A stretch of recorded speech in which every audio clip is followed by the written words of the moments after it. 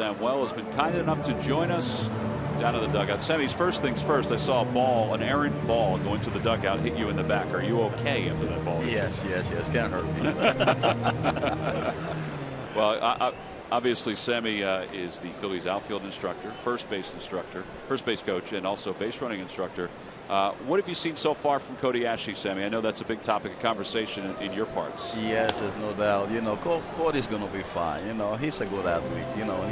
He's got the quickness out there. At time what we've been trying to tell him is to slow it down a little bit, slow the game down a little bit, but at the same time trying to stay aggressive out there. Sammy, how's his arm strength? You throw him from third base. It's kind of a short arm. We haven't seen an opportunity this year to throw a runner out yet, but how's the strength coming in his arm? Very good. His arm is playing very well. We have taken infield a couple of times, and I think he's been making the best throws out of everybody. At least he's keeping it low. He's trying to hit the cutoff man like you should. Is that the big thing that you've talked to him about, Sammy, is keeping the ball low when it comes to those cutoffs? Exactly. You just make sure you hit the cutoff man. Get rid of it as quick as possible and hit the cutoff man. And Revere out in right field settles under this one, and there's one away.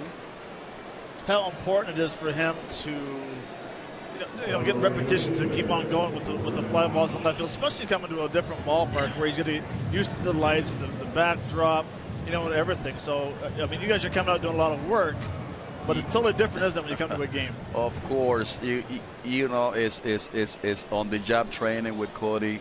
He's been good about it right now. He's asking a lot of questions, which I like, and as situations come up, we address those, but he's going to be fine. We're working hard. We had a couple sessions early at home, and we have to continue to do that with him. Bring him early as often as we can.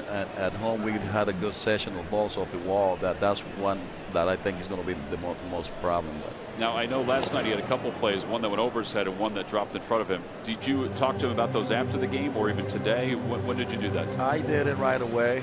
The first one, it was one of those where he had that third baseman twitch a little bit. As soon as the contact is made, he's trying to react to it. I say, the ball is going to come to you. Just slow things down.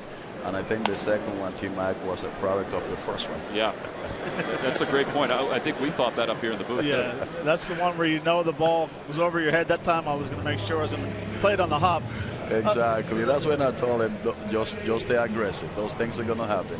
Listen, we still got plenty of time. We have at least almost 4 months to continue this process. How important is it for Ben Revere?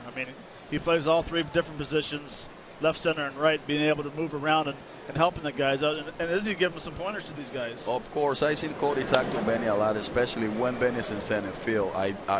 I think he's getting a lot of help with Double out there. Both of those guys are learning how to play this position, so it's not a whole lot of communication. So Benny's been tremendous with Cody. And Frenchie's the same way, I'm assuming?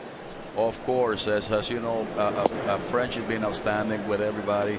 Especially, I've seen him talk to Cody a couple of times. As we know, he's very good defensive outfielder. So any help we could get, that's fine.